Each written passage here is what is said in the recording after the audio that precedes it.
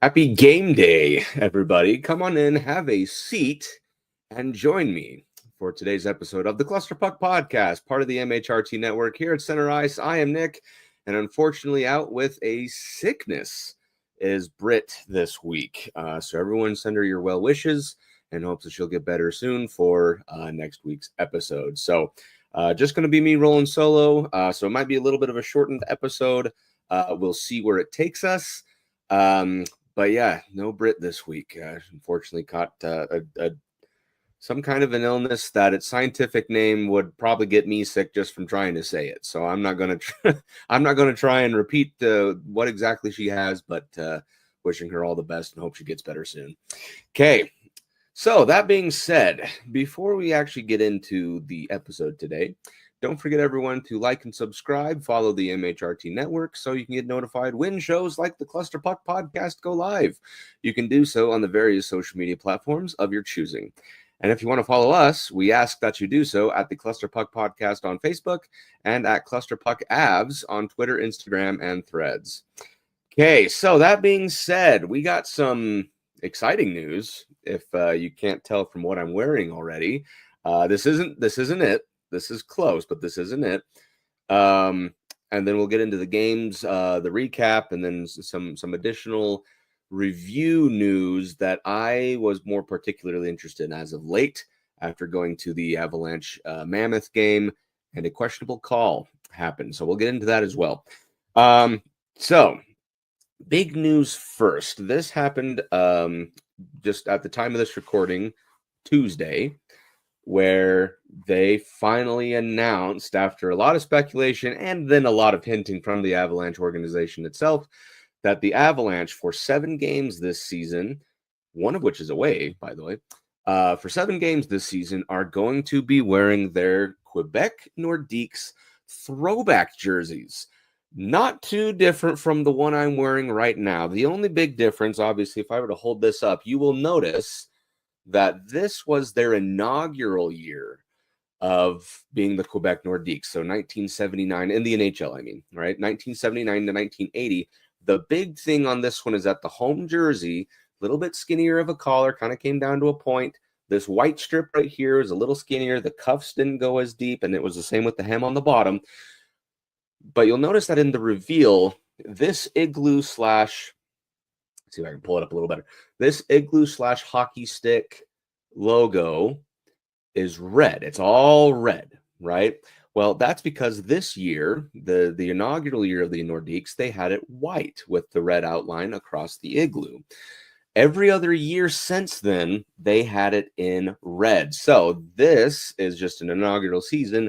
But what the Avalanche revealed is something more toward the end of their tenure before the move to Denver. So early 90s, could be anywhere from 91 to 95, if I'm not mistaken. It's that year where they finally introduced red trim to the numbers, they had the red on the logo, but they had the fleur-de-lis like they show here. They had the reveal is everything I ever wanted it to be, right? I thought they played it really well. They teased it really well. So I'm extremely excited for the game that tonight, as you guys are watching this, they're going to be wearing the Nordiques jerseys against the Carolina Hurricanes, who, guess what, are wearing their Hartford Whalers throwbacks, since those are white, so it'll be good for home and away. They're wearing their Hartford Whalers throwbacks tonight. So that's going to be extremely exciting to watch. It's going to be like a walk down memory lane for a lot of the old-timer fans. I say old-timer, but I really shouldn't. They're not much older than me. I should maybe kind of hold my tongue on that one. But the older fans, I should say, who were around when the Nordiques and the Whalers were both playing each other. So that'll be a lot of fun. Obviously, the jersey sold out extremely quick. I haven't had a chance to get my hands on it yet, but as soon as something becomes available, I'm getting one, right? And I encourage you all to do the same. It's a beautiful jersey. I mean, the Nordiques, the throwback, this logo, the whole branding, the fleur-de-lis, the color, the everything was just so beautiful, right? And when they made their move to Denver and became the Avalanche and that whole process, it was really sad to see that type of a thing go. In fact, it's a very similar experience to kind of with what happened to the Coyotes and when they became the Mammoth. It was a really well-designed jersey, like with Kachina, or in this case for the Nordiques, there's the igloo with the hockey stick. Both of those teams had really good branding, like really good branding. So it's nice to see that the Avalanche are paying homage to that, and so it's extremely exciting to finally get to be able to see that on the ice, because I know that during the reverse retro time, the first iteration of the reverse retro, the Avalanche had the Nordiques logo. You've seen me wear their jersey a couple of times on this podcast, with maroon. It was white with maroon, and that was a really pretty jersey. So imagine just having the original. It's 10 out of 10. I mean, no notes, no nitpicks or anything like that. They even did the old poses where they all kind of lean on the stick, all in a semicircle. It was great. The whole reveal was just excellent. So that's the big news of the day. As far as getting those onto the ice, you'll be able to see those here shortly after the episode. And I think it's going to be a wild time, and it's going to be a fun time to just see the Nordiques versus the Whalers. It's going to be a lot of fun. I'm very excited for it. So, big news out of the way.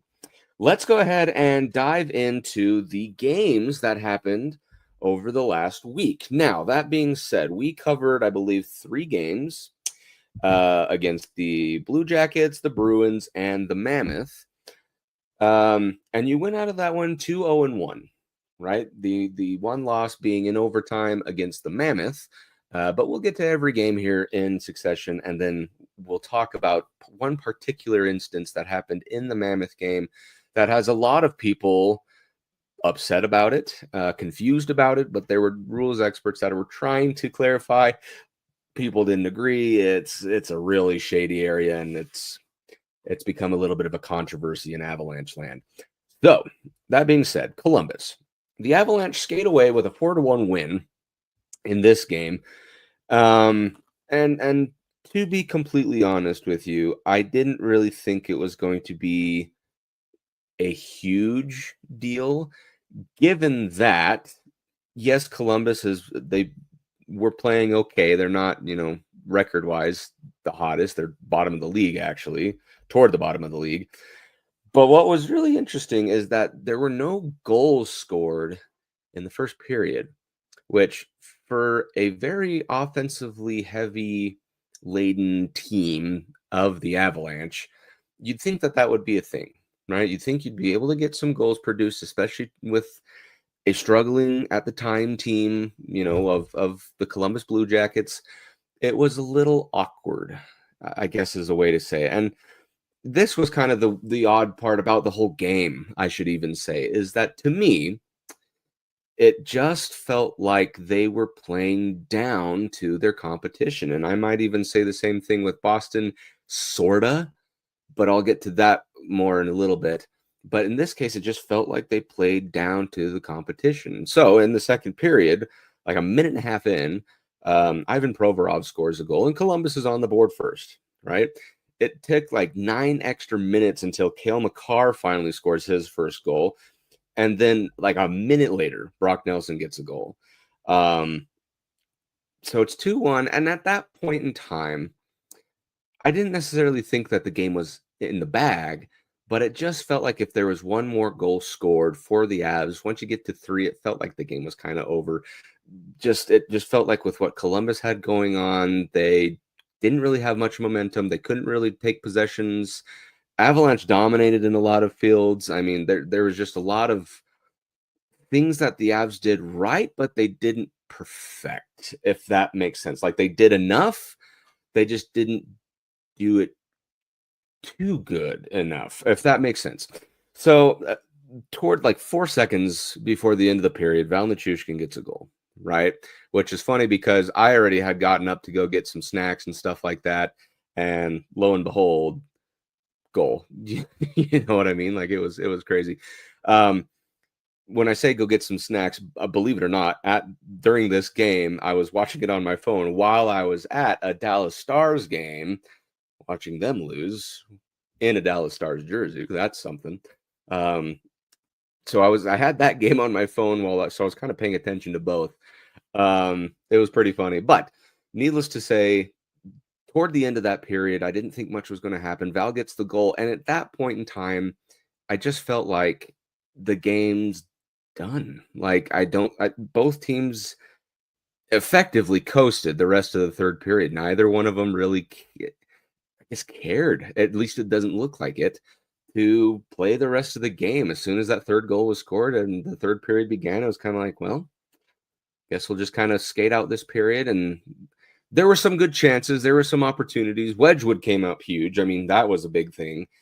He did a phenomenal job, which is why, he got per ESPN first star of the game. But just the lingering not wanting to play the puck or possess or get momentum. It just felt like the Avs were coasting just to hold on. And Columbus they maybe tried for a half a second and then eventually they gave up. So it was just, one of those things. But it did get a little bit more exciting toward the end of the game when they pulled the goalie and there was a little bit of a, some kind of a heart race before Nichushkin pots his second of the game, an empty netter with a couple minutes left. And then at that point, just, garbage time, right? So ultimately, a win's a win, and that's great, right? The Avs still have yet to lose in regulation to this day, which is awesome. But it just felt like the game was already done, and it just kind of felt coasty. This is to me, right? You might have a differing opinion. It was still fun to watch, obviously, but it's kind of a meh, but a win's a win, right? So that being said, the Avalanche then fly home, right, to play the Bruins, to which they also win the game 4-1. Now, last week, my key to the game was understanding what Bruins team you're going to get. And in all honesty, the Bruins actually played a significantly better game than I was going to give them credit for. Beecher had a goal early. Again, it's one of those things where the opposing team gets the goal first. That's going to be a theme in this game. They get the goal first, and it took a little bit before Nathan MacKinnon gets on the board. Beautiful goal, by the way. Oh, it was phenomenal. And then Josh Manson off of a face-off gets a goal a few minutes later, which that was really fun to watch. But again, this game, there were a couple things that I noticed. Nikita Zadorov for the Bruins is a force to be reckoned with on that team, but he seemed to have some malice against the Avalanche, at least what it looked like to me. He was fighting people. He was checking people, hitting some kind of cheap shots, if you want to ask me, which kind of waded into a few others. There were some skirmishes and tussles, the works. But Nikita Zadorov was kind of in the middle of all that, which I found very interesting. I don't know if I'm reading too far deep into it, and it doesn't really get that deep, but just something to kind of keep in mind. It was really, really interesting. Additionally, so you're going into the second period up 2-1. No goals scored in the second period, which is fine, right? But having a 2-1 lead against the Boston team that was playing remarkably okay was not good enough, I guess, if you want to get my true opinion. Not good enough. Well, Nathan MacKinnon gets another goal, right, with about 4 minutes into the game. And at that point, similar to the Columbus game, I thought, well, if you can do that, because the defense was playing great against their offense. And so I said, well, if you could get that third, the game's pretty much out of hand. And lo and behold, it was. Marty Necas gets an empty netter, about 3 minutes-ish left in the game, a little bit less than that maybe. And they skate away to a 4-1 win. Now, interestingly enough, this game was a lot more high octane than the Columbus game, which was nice. There's plenty of hits, plenty of rush chances, plenty of penalties. But it just, it was one of those games where both teams were equally at par. And this one, I'd like to say that the Bruins were playing up to the Avalanche levels. Just, kind of give the Bees a little bit of credit there. But it didn't have that, but it had that same sentiment as the Columbus game where it's like, if you just get the one, it feels like the game is put away. Now, that being said, anything could have happened. There could have been 2 goals in 30 seconds and the game's tied, there could have been anything. But the game itself just had that type of feel where if you just get that 2-goal lead, you feel like the pace of play and the way that the play is happening and the momentum carry and all that kind of stuff, even though it was a higher level than what the Columbus game was, it had the same feeling that 2 goals feels like it's out of reach based off the way both teams are playing. And that's exactly what happened, right? So at that point in time, you've now won those 2 games, right? And everything's great. You still have yet to lose in regulation. Well, then comes the game at the Delta Center against the Mammoth. Now, I put this game as a revenge game for Utah, and a revenge game it was. But it didn't start that way. Now, I was at that game. For those of you who saw the post, the post that had a picture of me and the game day puck and stuff like that, I was there, and it was fun. It was a very fun game. It was very entertaining. Both teams skated away with at least a point, so that means the Avalanche still have yet to lose in regulation. And ironically enough, Tusky, the Mammoth's mascot, is still undefeated since his debut.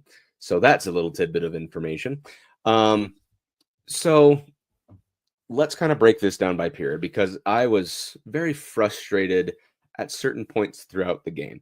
The first period, Cale Makar gets a very odd goal. It just felt like a half shot that kind of floated past Vejmelka. Vejmelka didn't see it, and it just goes in. Ironically enough, every goal scored in this game was on our side, which was really nice. So we got to see all 7 goals scored on our side of the ice, which was great. And the sight lines now at Delta Center with those new lower bowl seating, great stuff. And my sister and I, who also went to the game, she's an Avalanche fan like myself. We had those new seats, so they're steep. My gosh, they're steep. But that being, that out of the way, Cale Makar gets the lone goal, and it felt like in that first period that it was all Avalanche at the time, right? That just felt like the momentum was there. Nathan MacKinnon had several wonderful chances throughout the game, but Vejmelka was just playing good against him, which was just strange because it's Nathan MacKinnon. So every time I saw him coming on a breakaway, I was like, okay, surely this is a goal. There was one particular instance where he had a breakaway that he was dragging toward the right, and Vejmelka stopped him twice. And it's like usually Nate scores easy peasy on those goals. So you got to give Karel Vejmelka some credit on how he played as well. Second period. This is where a huge momentum shift happened. And it was like a huge moment. Like you could feel the air in the Delta Center literally change, because I was doing great. I was like up 1-0. We had the possession, we had the hits, we had the this, we had the that. Everything was great. But as soon as that second period hit, more so roughly halfway through is when it was kind of at its peak, as I would say. The Mammoth score 2 goals. Nick Schmaltz gets a power play goal. It was a rebound that just made its way past a out of position Scott Wedgwood. And then Lawson Krause, once again, Wedgwood taken way out of position off of a very dumb turnover, I will say. And all of a sudden the Mammoth are up 2-1 over the Avs. That's my big gaffe, and I'll talk about that as soon as I do the recap. That's my big gaffe, were those stupid mistakes. Very simple mistakes from some of the bigger players too. We'll get into that in a second. But that ends the second period 2-1. Down 1. It didn't seem out of the way to go get another goal. And lo and behold, third period, like a minute in, there's Jack Drury. Clutch goal. It was a beautiful thing. It was right in front, just like 20 feet in front of us. So to watch that happen, it was great. I stood up. I was going pretty bonkers there.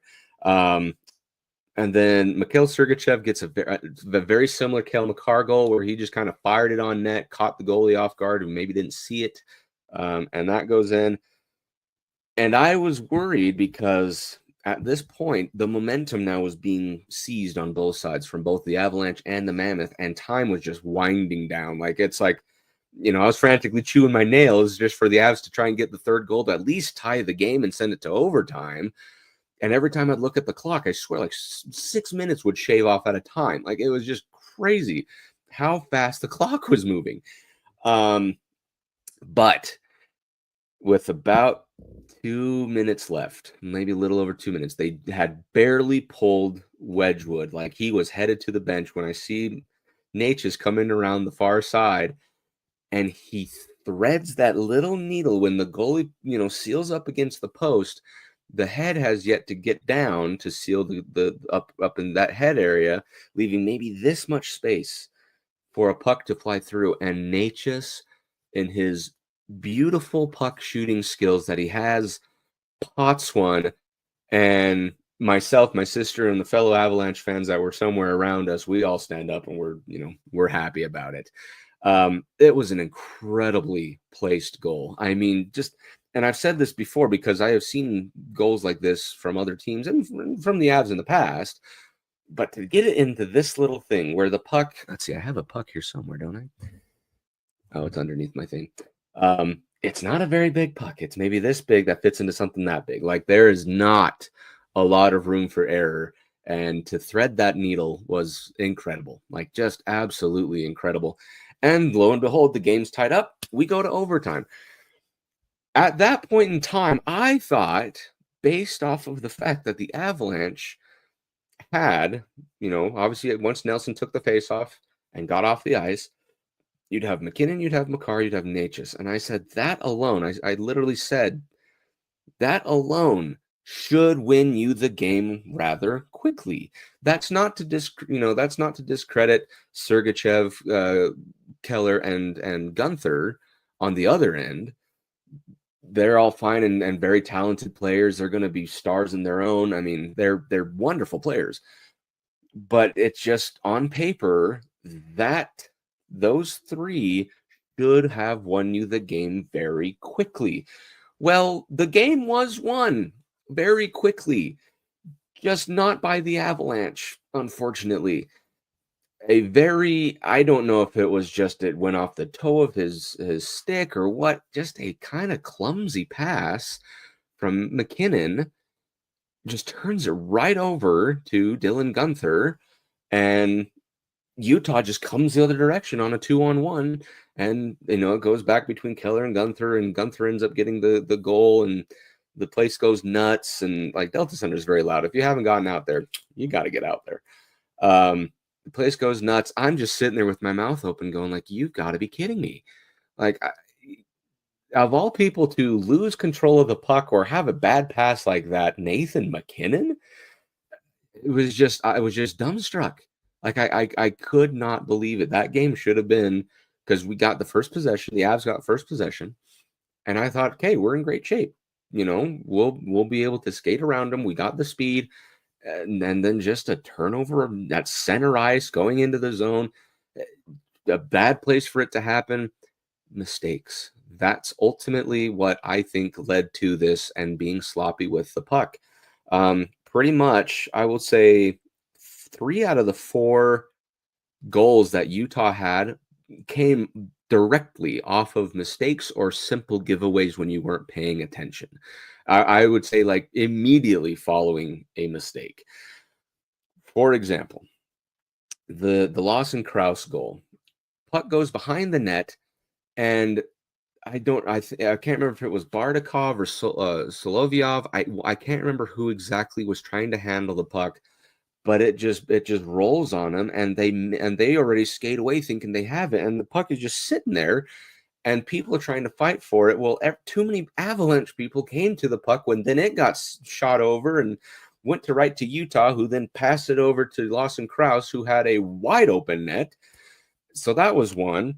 The Mikhail Sergachev goal, the Avs were just casually taking it out of the zone when they lost control. It was poked out. Sergachev just grabs it, fires to a less than prepared Wedgwood, and that goes in. And then obviously the Dylan Gunther goal, where McKinnon just a bad pass / handling of the puck, which is something that he just doesn't do. But that's the problem, is I noticed that not just because of these 3 goals, there were so many other times where they would just mishandle the puck, or a bad pass, or not taking advantage of a breakaway, or when they did have a breakaway, they would stop and wait for help instead of trying to muscle around them. Like Val Nichushkin had a couple of those that I got really just frustrated with. But again, I'm doing all this judgment because I was there. I saw the whole thing happen. It's different when you watch it on TV and you can wrap it up and just go right to bed. But to be there, to kind of fester in it, you have thoughts. And so that's what I have to do, is get those thoughts out into the ether. However, it was a good game. This is going to be a very budding and beautiful rivalry, I think, in years to come. The Avalanche and the Mammoth, obviously there's the whole naming fiasco with the Colorado Mammoth. So there's an instance, the fact that they wanted to be the Yeti, which the Avalanche had a hold of, and all this other stuff. That's all behind the scenes. But on ice, toward the end of the game, it was getting pretty chippy. Like, there weren't any fights that occurred, but there were plenty of hits that should have led to fights. So I'm if this ever comes to playoff where it's the Mammoth and the Avalanche, buckle up. It's going to be a lot of fun. But regardless to say, the Mammoth go ahead and win that game in overtime, 4-1. So the Avalanche at least get a point to keep their standings tied for first place. Now, here's the great part for everyone watching. The Avalanche still have yet to lose in regulation, which is great. They're 5-0-2 at 12 points at the current time of this recording. Tied, a 4-way tie for first place, so still technically holding first, with New Jersey, Vegas, and Montreal, believe it or not.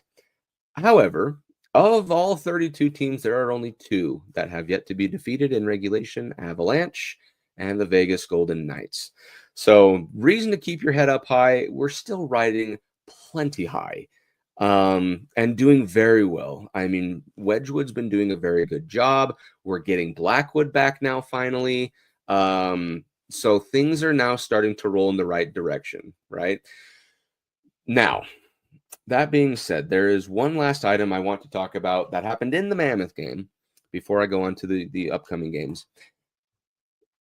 I literally said to my sister at the beginning of the game, I feel like we need to have a Gabe Landeskog goal. That would just make my day. Well, we got a Gabe Landeskog goal, but it was called back due to an offside.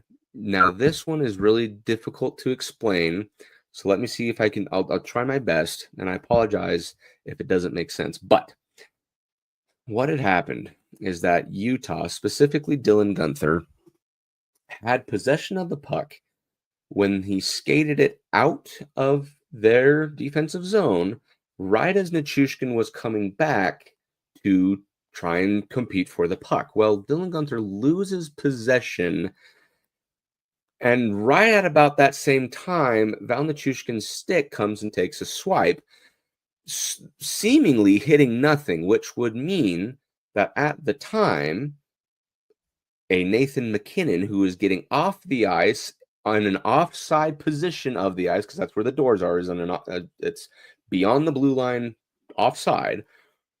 Well, that would mean that, based off of the fact that he seemingly touched the puck or caused that to go off, or MacKinnon to be offside as he's going to the bench, that was the big debate. Was, did Nichushkin forcibly poke that puck or cause that puck to be taken into their defensive zone, Utah's defensive zone, while MacKinnon was still in the offside position getting to the bench? Or was it carried over on, just on their own power, making it an onside play, meaning MacKinnon doesn't make a difference, right?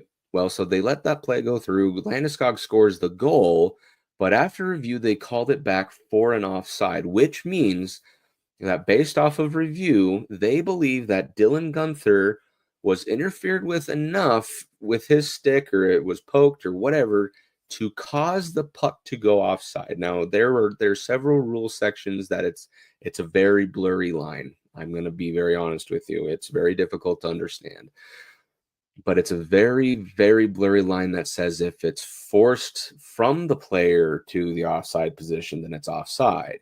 But if it's carried over from the defending player back into his own zone, it's onside. So that was the big clash. The referees and Toronto determined that it was forced from Nichushkin to Gunther. Somehow, I didn't personally see it that way, but that's how they reviewed it, and that was the whole offside call. A lot of Avalanche fans are very upset about this because according to the camera angle that's literally right there, it looks like Gunther takes the puck back on his own into the Avalanche offensive zone while McKinnon's getting off the ice. He already had basically a foot in the door, right? That's why people are upset in Denver or in Avalanche Nation, right? It was a very close call, and I can definitely see how it's a very interpretive and possibly subjective call. Not easy to make, so it's hard to get mad at them. But in my opinion, you should have let the goal stand. Not just because I'm an Avalanche fan and I wanted to see Gabe Landeskog get his goal, which I was happy with, but because it just didn't have enough concrete, in my opinion, evidence to turn that over to call it offside. I just didn't see enough to say, oh, Nichushkin clearly hit Gunther's stick that hit the puck, or this or that or the other. It looked like it was off of Gunther's own power that puck went back into the Avalanche offensive zone. That's my opinion of it. It's hard to say for sure. It's one of those like on football where you say the call stands versus the call is confirmed. You just don't have enough evidence to overturn your call. That's how I see it in this particular case. And to be and to be fair and in all complete honesty, the Mammoth had a goal that was turned back, or I should say called back from a goaltender interference standpoint that, to be honest, I didn't quite see it as goaltender interference either. So I guess here we are, So that's the big controversy. Is that rule going to be clarified? Hard to say, because when's the last time something like that is actually needed to go back and be checked? So I don't think it's going to necessarily be touched, but that's kind of where everything's set as far as the controversy between the calls. So I hope I did a good job explaining that. If I didn't, you can DM me and chew me out there. Okay, so that being said, let's get into the upcoming games for this week. Obviously, for those of you who are watching this on time, we are just getting set to start the Avalanche against the Carolina Hurricanes, or should I say the Quebec Nordiques versus the Hartford Whalers, and a throwback edition of this game. Now, this is going to be, besides Dallas, well, I guess, and Colorado for that matter, or Utah for that matter, this is going to be a potential matchup for Stanley Cup final, right? Carolina, I don't think has necessarily taken steps back. They're still a great team. They just lost their first game. They're top 5 team. This is going to be a very difficult matchup, I think. Now, that being said, there is something that I have noticed with the Carolina Hurricanes team from what I've seen, that this is going to be my key to the game, and it's goaltending. It's all about goaltending. It just feels like, whether it was Kochekov or whether it was Anderson or whether, whoever it was, it just felt like there is something off with the goaltending at the current time. Could it be fixed in the future? Of course it could. But right now, something doesn't feel right with the goaltending from what I've seen, from the highlights I've seen, from, in the games that I've had on, Carolina's been one of them. My key to the game is to take advantage of that insecurity that maybe Carolina has. It would not only be great to win in a Nordiques uniform, but it would also be great to kind of put the game away early, because the Avalanche have had struggles where they've finally put the game away, but really late in the game. I would like for it to kind of be one of those 3-goal in the first period, no goals for them in the first period type games, where you just score those 3 and the game ends up being a 4-1 or a 5-1 win. And it's nice and easy, but it never is. Why? Because Carolina's offensive firepower is very potent, very similar to that of Dallas, that they have good, skilled players that can score goals. You know, your Sebastian Ahos of the world. They can go and score goals. Now, there's a lot of people or a lot of players that have some skin in the game here. That it's going to be interesting. Burns, obviously coming from Carolina, Nate just getting traded from Carolina. There's a lot of, moving parts to this. Jack Drury, obviously another piece. So it's going to be a little reunion as well. But really, goaltending, I think, is going to be it. If I'm not mistaken, Blackwood should be back for this game. I obviously can't tell you right now because we're recording this day prior. But if he's starting, who are we getting? It's going to be his first game this season. Do we stick with Wedgwood? What to do? Goaltending is going to be very interesting and very key to this game because it could get to that point where it gets out of hand and you're looking at a 7-6 type game. Like it really could be that type of a game because the offense versus the Swiss cheese goaltenders, it could be, right? But that's my key to the game is I want this goals to come early and to come often, right? And based off of the way Natchez is playing, based off the way McKinnon is playing, those two should not have any issues, in my opinion, to score goals, right? It's everyone else that I'm kind of worried about because your three top goal scorers right now are McKinnon, Natchez, and Makar. Not surprising, right? Lehkonen and Nichushkin both have a couple. And then after that, Malinsky's got one. Colton, Manson, Nelson, Drury, and Gavin Brindley all have one. Nobody else has anything, right? I understand that we're still early in the season. People haven't, they'll come into their own. But depth is key, especially when it comes to when your upper six aren't really performing. Depth is really going to come into play, So your Victor Olofssons, Gabe Landeskog was another that, he had a goal till he didn't. It's those types of players that it's like, once you get on the board, that kind of takes that burden, that, that heavy yoke off your shoulders, as I like to say. And then you can kind of settle into, all right, I got my goal. Now I can go and actually focus on playing, making plays, passes, all that kind of stuff, the craft, right? Because I don't know if players are likely to admit this, but they know that they haven't scored just as much as us, the fans, know they haven't scored. Like, it's not anything that they're like, oh, they're taken aback. They know, right? And so when they do that, when they score, it takes a lot of weight off of their own shoulders because they have higher expectations on themselves than even us, the fans, do. So depth scoring, I think, is going to be really, really key. Beside the fact that goaltending is going to be a very interesting topic. So during this game that you're about to watch, pay attention to the goaltending. I want to see if both show up, but neither of them show up. Interesting. It's going to be interesting. Okay, next game on the list. Lo and behold, we're traveling again back to Boston. Yeah, we just played them. Yep. Nothing's really going to change as far as my key to the game that I had last week versus this week. What Bruins team are you going to get? Because this Bruins team then went to Utah the following day, lost that game, and also it was a very good game.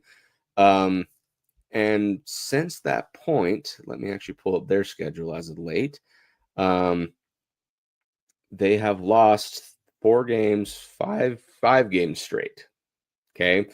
Lost to the Lightning, Golden Knights, to the Avs, to the Mammoth, to the Panthers. Yeah. They're right now not exactly riding high. They're 3-5-0. So again, it's the question of, and none of them were like terrible losses. They were all one score, a couple scores, not a ton. It's the question of what Bruins team are you going to get? Because on paper, with Swayman, with Pasternak, with McAvoy, you name it, they've got the talent, but the scoreboard is not reflecting their effort, right? To give some credit to Boston, they're playing very well. It just so happens that the opposing teams happen to want the game more. So that's my key to the game, is to want the game more than Boston does. Boston right now wants nothing more than to break a 5-game losing streak. And believe you me, I have some Boston Bruins fans, friends of mine, that are just howling for any kind of a win. They don't care if it's overtime. They don't care if it's a blowout. They don't care if it's just down to the wire shootouts. They just want a win in some capacity. If they don't have it by then, they're going to remember that game. I'm certain that Nikita Zadorov's going to remember that game, that Swayman's going to remember that game that you just played where you kicked them 4-1, and they're going to let it fester. So this is kind of a revenge game for them to stop this downward swing of theirs, and finally get put in the win column. Now, before they play the Avs, they do play the Ducks. So maybe a win will come there, but then maybe the momentum is going to swing. Again, what team are you getting? I just don't know, because they should be winning some games that they're just not. Okay, so that's my key to the game. Following that game, I'm going to wrap these two games into one because they are both against the New Jersey Devils. The one on Sunday, which actually comes from a back-to-back, believe it or not, Saturday, Sunday.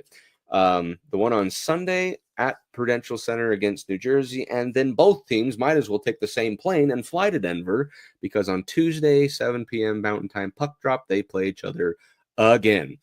So my key to the game is this. It's a battle of the current heavyweights, right? Both of them are tied for first place. Both of them are playing fantastic hockey, riding highs, riding great momentum. They've got the firepower. Goaltending's being really solid. So this is going to be a bar game, basically, to see how you're faring against the top teams in the league at the current time, right? There's no real key to the game for either. It's just a marquee matchup, a bar to see how you've set yourself against another top team. And then from that point, you can go and make some corrections, right? You can go and make some fixes. So my key to the game is just play Avalanche hockey, see how you're faring. Obviously, Jared Bednar is going to make tweaks in game. Players are going to make tweaks in game. It could be a very high scoring. It could be one of those 1-0 games, right? Who's to say? But both are going to be on their A game. Avalanche need to be on their A game.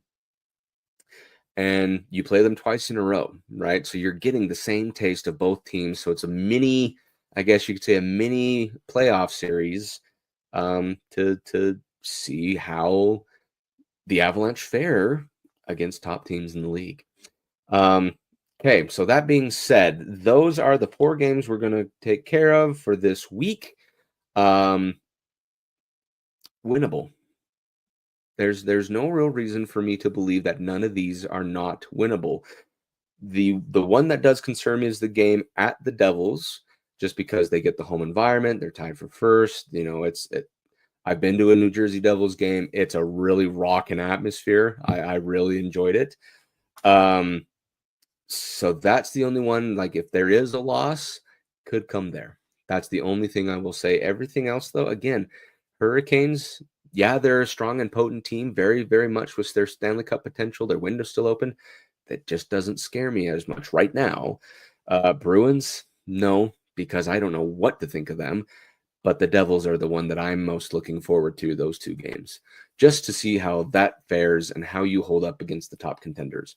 Okay, so that being said, that's going to take us to the end of the upcoming games, which leaves us with the new segment that we've been implementing this season, Hockey Hits of the Week, where we drop a song that we believe best reflects how the week went. Based off of our feelings or mood, we put a song out there. Brit, unfortunately, being sick, was not able to at least submit one for me to tell you guys. So I apologize. You're only getting one this week. And then we're trying to see if we can put a Spotify playlist together for people to go in and enjoy, to see our picks. So my hockey hit of the week this week is a song from The Killers, simply titled "The Man." It was a song that was originally made for a heavyweight fight between Mayweather and McGregor. Big. I think at the time was for UFC or box. I mean, it was a boxing match, I think is what it was. Las Vegas, big show. So the Killers came out with this song to kind of say, like, I'm the man, I'm the toughest, I'm this, I'm that. I get whatever I want. Blah blah blah blah. Same sentiment, right? The Avalanche are just winning. They're just winning games. They're taking what they want. Obviously, there's the one overtime loss, which happens. But the fact that you're not losing in regulation and still getting points every single game, that's something to strut. That's something to brag about. So the man from the Killers is going to be my hockey hit of the week. If you haven't listened to it before, I very much suggest you do. It's kind of got that swagger to it, where you can kind of roll the shoulders, strut the hips, all that kind of stuff, and kind of get a little cocky with it. Good song. I really enjoy the Killers. They're a really fun band.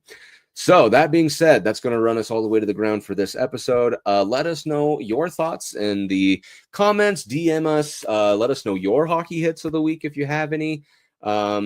Be fun to kind of get some input to see what you guys thought of the week that happened, and the upcoming games as well. Let us know if you have any keys that you're going to be looking for, or what you're most excited to watch for any of these fine opponents that we're going to be playing. So that being said, got some good games coming up. Enjoy this throwback match between the Quebec Nordiques and the Hartford Whalers. Have a great weekend, and as always, go Avs go. Fast lane when I pass in the street, bag of money in the passenger seat. Tempo's been asking for me on the road from the west to the east. Way up, I might never come down, cause the coast's racking up the flame out. So high, I might never come down, so what, this is my lifestyle.